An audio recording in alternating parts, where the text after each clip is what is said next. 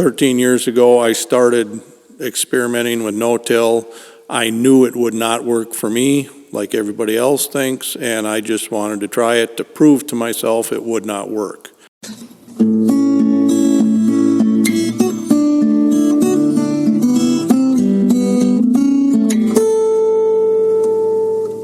Welcome to the 286th installment of Ear to the Ground, the Land Stewardship Project's podcast on family farming, regenerative agriculture, regional food systems, and local democracy. I'm Brian DeVore, editor of the Land Stewardship Letter. Sometimes someone who's the most resistant to a particular innovation eventually becomes its biggest advocate. There's something about the benefits of a new idea earning one's trust the hard way. For example, when Everett Rolfing sold his dairy cows 13 years ago, he knew that alfalfa, a major bovine feed that at one point covered half his farm, would no longer be part of the rotation. That was a problem, because this perennial forage is very good at keeping soil in place, and Rolfing is mindful of soil loss on his farm, which is hilly and considered highly erodible. But as he made clear at the top of this podcast, one thing Everett was certain of was that an erosion control system like no-till cropping was not an option. He had heard all the knocks against this system. It won't work on the kind of clay soils found in his part of southeastern Minnesota's Winona County. Weed control and fertilizer incorporation are difficult, and it would prevent the soil from warming up in the spring. But he decided to give it a try anyway, just to prove to himself, once and for all, that this system was not feasible on his land. Well, as it turns out, after a few hits and misses, his 550-acre corn-soybean operation is now 100% no-tilled, or, as Everett concedes, at least minimum till, since he does do some light tillage with a vertical tiller. And for the past 3 years, all those acres have also been protected during the shoulder seasons by a rye cover crop. Each spring, he plants his cash crops straight into the standing rye, a method called planting green. The rye is then terminated with herbicide, creating a thick mulch that protects and feeds the soil. Everett made these cropping changes originally just to cut erosion, and that happened pretty quickly. But these days, what's impressed him the most about this system is how much it's increased his soil's biological health. That's resulted in better aggregate structure, making it so his fields manage water much better and are more resilient when it comes to extreme weather conditions. But Everett warns that although erosion control benefits showed up quickly, increased soil biological activity takes time. In fact, after years of conventional tillage, he found his soils were pretty much lifeless and unable to break down residue from previous year's crops. Soil doesn't come back to life overnight. But during a recent LSP Soil Health Field Day, Everett took a group of farmers to a stand of soybeans that was just a few weeks from harvest. The soil between the rows was absent of residue from last year's crop. The rye cover crop had also broken down and become part of the soil. These were sure signs of good active biology after all these years. It turns out the short-term erosion control benefits of conservation tillage convinced Everett to stick with the system long enough to cash in on some long-term soil health dividends. The farmer is a crack mechanic and works on a lot of other farmers' tractors, and makes him mindful of what it costs to run machinery on the land.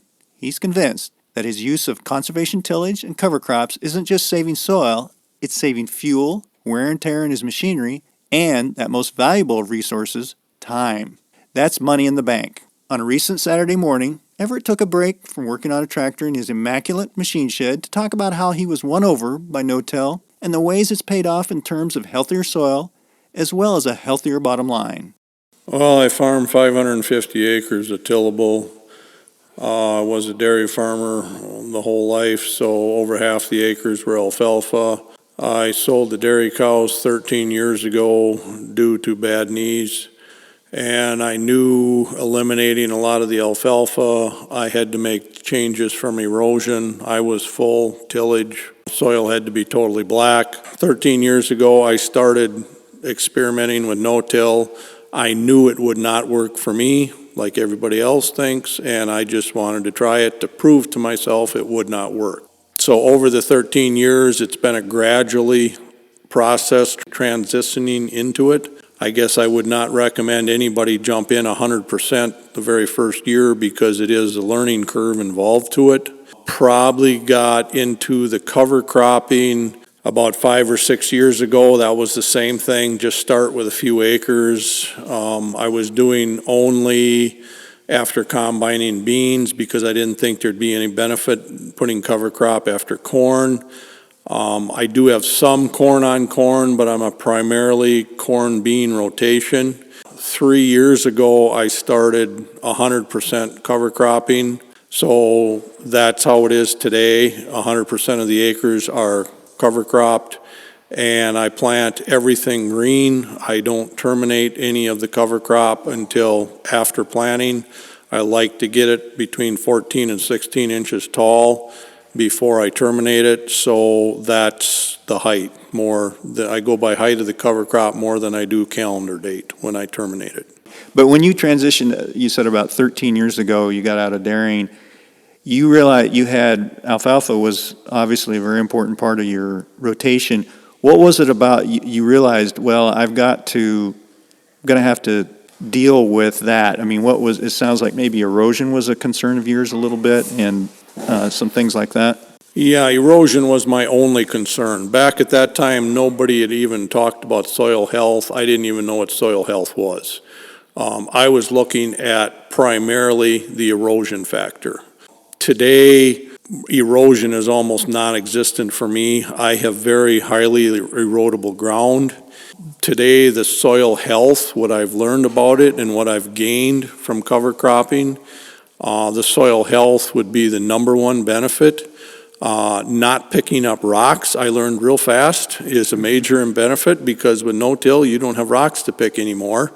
And erosion also almost gets moved down to number 3 on the list of priorities simply because the soil health, I've gained so much in soil health that really that's my number one concern now. So that's what I'm looking at from that avenue. So yeah, describe a little bit your system now, like in a typical year, when you're putting in the cover crops and when you're and then when you're doing the planting green. And I guess for some people who may not be aware of that, explain what planting green actually is, what you're doing. I plant directly into the standing rye. You can't even see the soil when I'm planting. Between the rye is thick enough that it looks just like you're planting into a pasture grass. I seed 50 pounds an acre because I'm not harvesting it. If you were going to harvest the rye for feed, most guys go up to 100 pounds plus at that point in time, trying to get maximum tonnage. The ground is basically covered solid, so at 50 pounds an acre, I'm even considering dropping back maybe to 40 or 45 because sometimes I think it's so thick, it could give the crop more competition than I'd like. But it also gives me weed control. When I terminate the rye, there is basically not a weed out there because the rye is so thick, it has totally suppressed the weeds until you terminate it, and then the weeds will come after that. But at least you're later in the year then. So whenever I talk to somebody about planting green, I think that first time that you did that, what was that like? You must have went, man, is this going to work? And because that's a pretty intimidating situation to go into, not to have that soil black and tilled, and you must have had a couple of nervous days before that you actually went, okay, this stuff's going to germinate. Yeah, it is, like I say, a learning curve. You are hesitant to do it. My biggest concern was the competition to the crop. It's like, how can the crop even come through this stuff? But it does, especially beans. They're coming through all the last year's residue and that rye, and they come right through it just fine, no problems. The two things I noticed when you convert, until you get soil health built up, because you have zero microbiology, good biology when you till, because tillage kills all that. You have about 5-year process in there that you're going to have trouble with crop residue not decaying until you get soil health built up. On a corn bean rotation, it's not quite as bad. You will still have corn stalks out there combining beans in the first couple of years. Corn on corn, it's kind of scary because of the amount of residue that just doesn't decay. Now today, I have zero. When I go combine beans, you would never know it was corn the previous year. Them stalks are totally gone because of all the good bacteria in the soil and all the earthworms. I'm averaging 15 to 18 earthworms per shovel of dirt. Now that the good bacteria is built up in with the cover crop roots, it makes all the difference in the world. Another issue you're going to have for the first few years when you make the transition is it's extremely difficult to get the seed furrow close behind your corn planter, because tilled ground is so hard that even a brand new corn planter can't hardly close the seed furrow, so then you lose germination. So the first few years you might have to vertical till it very, very lightly in front of the planter, or you just can't get the seed furrow close. It's a problem when your soil is that hard. Today, my soil is so mellow, I don't even run down pressure a lot on the corn planter, simply because I don't even need it. The corn planter goes right into the depth you got it set. Closing the seed furrow is not a problem once you get your ground mellowed out, but that is going to be a 5-year process.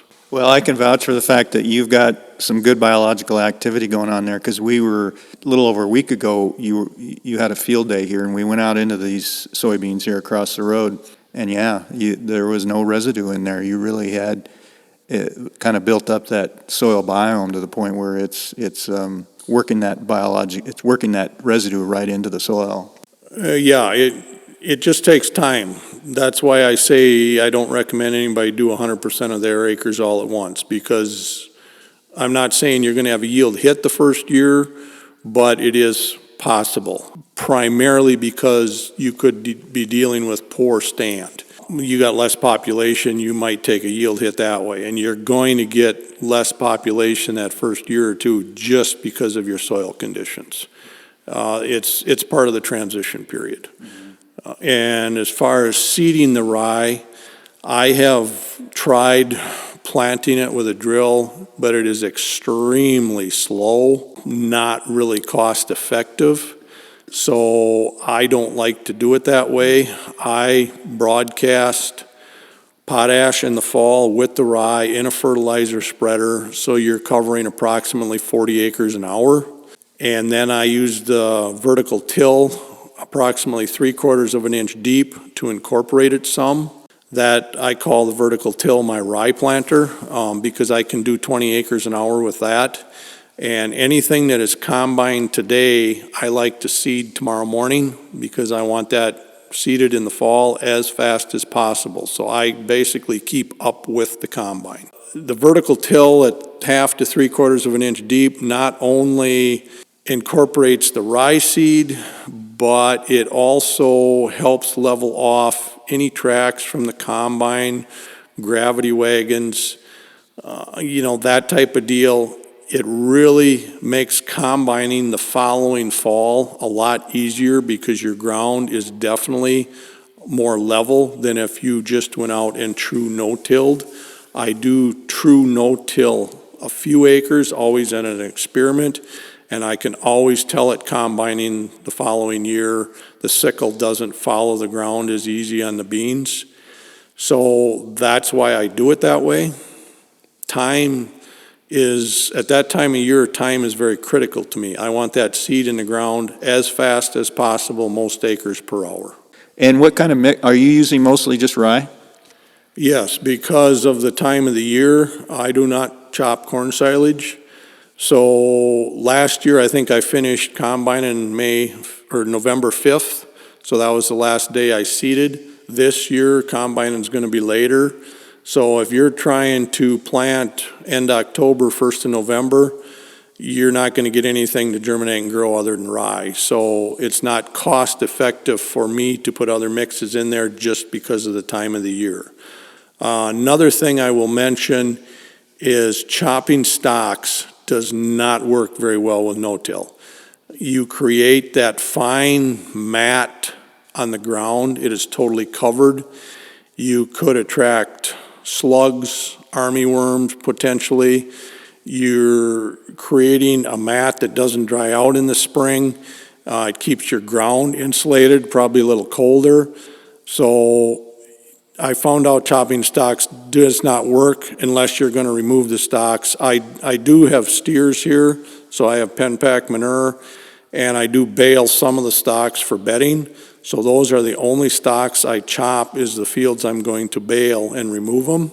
So that is one thing I've learned. Chopping stocks just doesn't work very well with no-till. So tell me a little bit more about when you were first considering looking at things like no-till, you had just said it's not going to work here. What was it that you were hearing, or what were you seeing that you felt like it's just not going to work in this part of southeast Minnesota?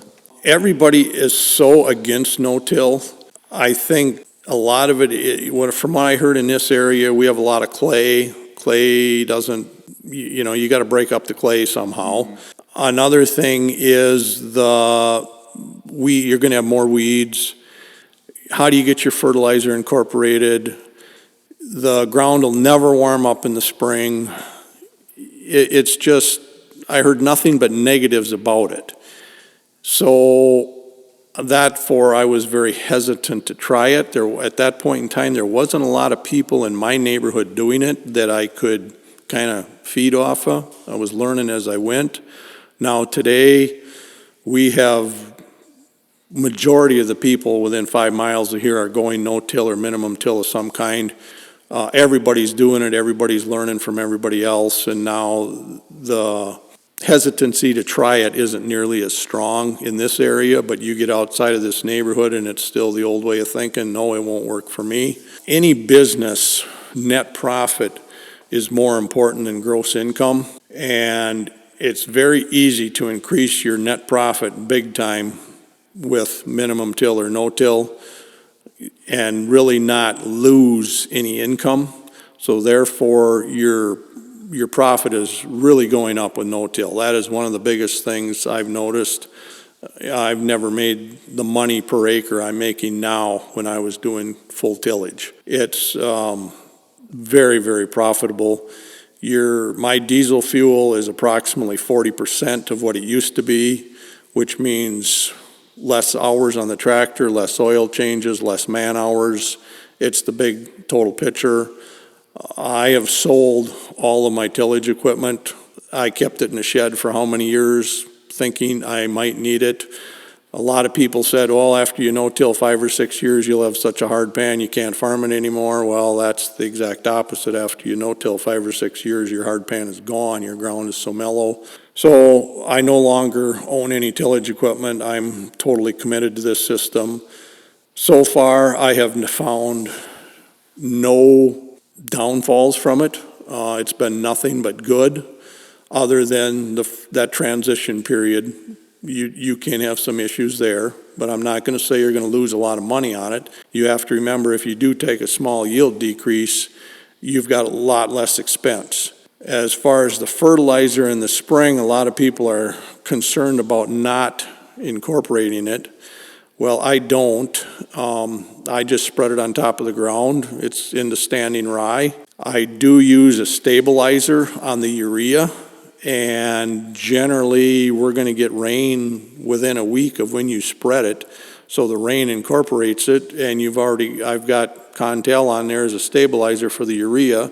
So I don't see any reason to incorporate it, don't feel there's any benefit. Once again, it's an additional cost. Every time you turn the key on that tractor, it's costing you money. So if the tractors never come out of the shed, it's to your benefit. I will say this, all of my tractors are full GPS mapping auto steer, so that can be a problem, especially spreading rye in the fall on corn stalks. If you don't have that, you might want to hire the elevator to come out and do it, because you have absolutely no idea where you are. Same thing with spraying in the spring. If you have foam markers, the foam will just fall down into the rye and you can't see it, you can't find it. So if you don't have GPS and mapping, you're really not going to know where you are with the sprayer. I think that's a super good point you make about the difference between net income and gross income. I mean, you're a mechanic, and so you know the upkeep and maintenance that goes into the equipment, and you obviously monitor your fuel and all of that. And often people really get stuck in that rut of, well, the highest yields possible automatically equal high net profit, and that's not necessarily the case. No, your local co-op and elevator really isn't fond of no-till because we have less business with them. I was down to 147 pounds of actual N per acre. At that point, I did see a slight yield decrease. So I went back up to 187. But that's, I'm running a lot of 240 bushel corn. So if I can get that on 187 pounds of N, that's still a lot less than what your local elevator is recommending you use. So I'm saving money and I'm not giving it all to him. So there's a lot of ways to save money with this system. Talk a little bit about some of the other advantages, because erosion was a big concern of yours and building soil health. But it sounds like maybe you've seen some results. And I mean, how long have you been kind of in this fully integrated cover crop no-till system? Well, 13 years ago is when I would have started experimenting with it, but it's probably only been 6 or 7 years that I started with the cover crops. And like I say, it was the last 3 years that I've been 100%. Until then, it was cover crop following beans only, never considered putting it on the corn stalks. Now I feel there's enough financial benefit to do that. Right now this year, rye is running that 27 to 28 cents a pound, so at 50 pounds an acre, you're looking at $14 an acre. I feel it's very well worth $14 an acre for the benefit I'm getting out of that rye, between erosion control, weed control, and soil biology buildup. When you terminate that rye, it takes 2 to 3 months to disintegrate into the soil. That's 24 hours a day, 7 days a week. I'm top dressing nitrogen, because as that rye is decaying into the soil, it is giving me continuous nitrogen back into the soil. So that's most of the summer. One of the things, I think are you a township officer or something? You had talked a little bit about some of the erosion you had seen in the neighborhood this spring yet, when we had a really heavy rain. That's a cost that you see off the farm a little bit with having this bare soil. Yeah, unfortunately, I'm on the township board, and this May we had a 3-inch shot, a 2-inch shot, and then another 3-inch shot. All came within like a half hour. And we had places in our township that guys had to go out with loaders and scoop their dirt out of the road ditch. We had culverts that were plugged, and then you drive by a no-till farm and the water was still standing, or the grass was still standing in the ditch. We didn't even have enough water to run off of the farm to flatten the grass in the ditch. That's how much difference it made.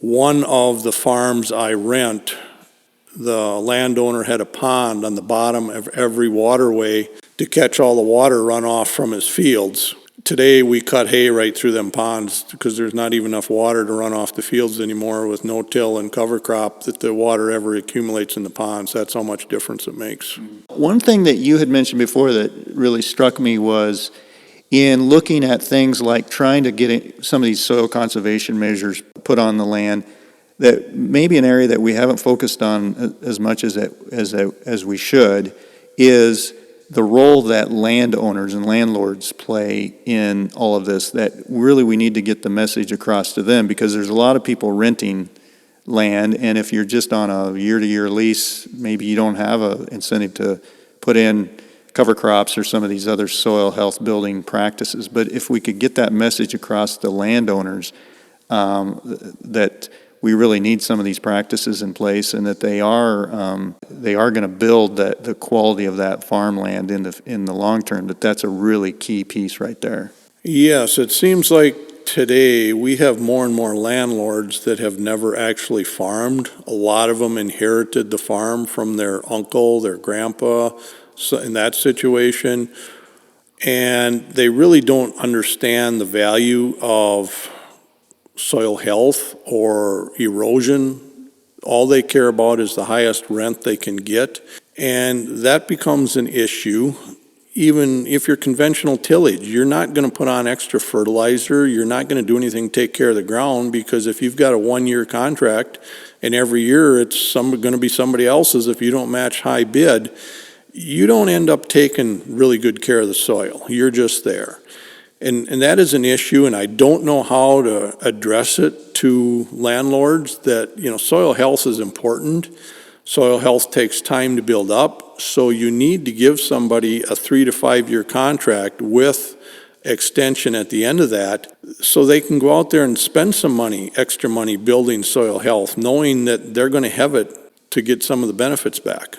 It sounds like really, so you started looking into no-till like 13 years ago, and there was a lot of negative information out there about it. But it sounds like maybe one of the things that's really helped you, particularly in recent years, integrating cover crops into that, is being able to network with other farmers that are doing some of these practices. It sounds like that kind of farmer networking and education is really key to getting some of these practices on more farmland.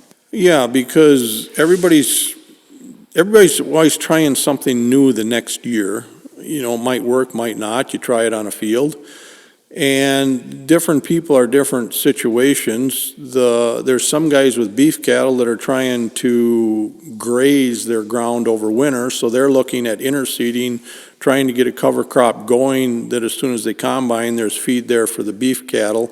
I'm not in that situation, so that doesn't apply to me, but for those guys, yes, they're constantly experimenting with different ways to get feed growing out there.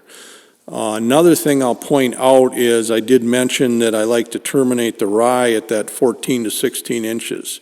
I do feel that everything over that starts costing you yield, because the rye will take in more nitrogen than it will decay that first year if you let it get over that 16 inches. 1 year in my experimenting process, I let the rye get about 3 feet tall. It was starting to head out, and I terminated it at that time. Those fields yielded 35 to 40 bushels an acre less on the corn. That's how bad it hurt it. There's a lot of guys trying roller crimping right now, and the benefit to roller crimping is your rye is so much taller that by the time you roll it, you hopefully have suppressed the weeds for the entire year, and you're creating a mat to keep the weeds down. The downside to that is, what are you going to do to offset the fertilizer intake? Are you going to come back with a second coat of urea, or what? You're going to take a big yield hit if you let the rye get that tall, because it is really taking a lot of nutrients out of the soil by that height. Any advice for somebody who's just looking at this and maybe is intimidated by, first of all, no-till, but maybe intimidated by planting green? What advice would you give for somebody who's just starting to look into this? Maybe they're doing more conventional cropping but want to stick their toe in the water here. Make sure you give it a fair trial.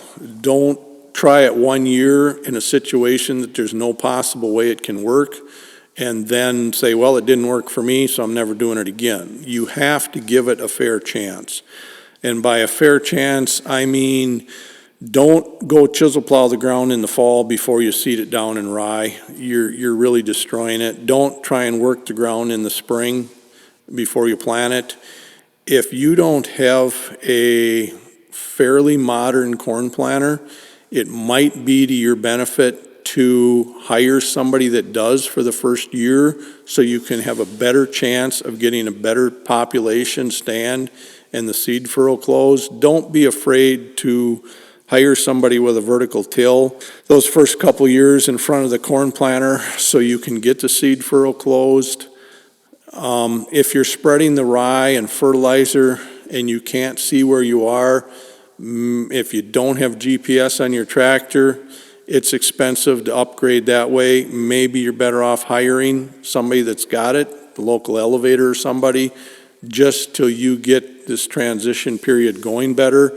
It will cost you some money, but you're increasing your odds of it working at that point in time when you're first starting. I kind of get the sense maybe that this is some of this experimentation you've done, and as you've kind of gotten it established and are starting to see some consistent results here, this is kind of fun for you a little bit. Maybe you were doing dairy farming for a long time, and you transitioned out of that, and that this is really kind of a way you feel like you're making cropping kind of a sustainable way of both economically and, I guess, from a conservation point of view. But it sounds like you're having a little bit of fun with this. Yeah, if you're making money, it's always more enjoyable. And when you can say that, look at other people and how much erosion they've got, and I don't have that no more, you can smile and say, well, at least I'm protecting the soil.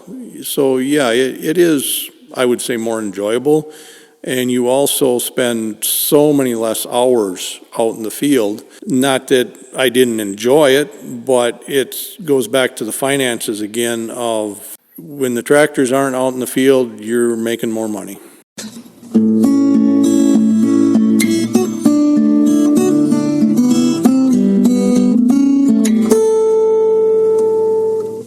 For more on ways to build soil health profitably, check out the podcast page for Ear to the Ground episode number 286 at landstewardshipproject.org. If you have comments or suggestions about this podcast, contact Brian DeVore at bdevore@landstewardshipproject.org, or you can call 612-816-9342. By the way, it helps us greatly if you can give Ear to the Ground a rating on iTunes, Stitcher, Spotify, or whatever podcast platform you utilize. Thanks to Laura Morgendale, a Western Minnesota musician, for Ear to the Ground's theme music. And a special thank you to all of Land Stewardship Project's members who make initiatives such as this podcast possible. If you're not a member, visit landstewardshipproject.org to learn how you can support LSP. Thanks for listening.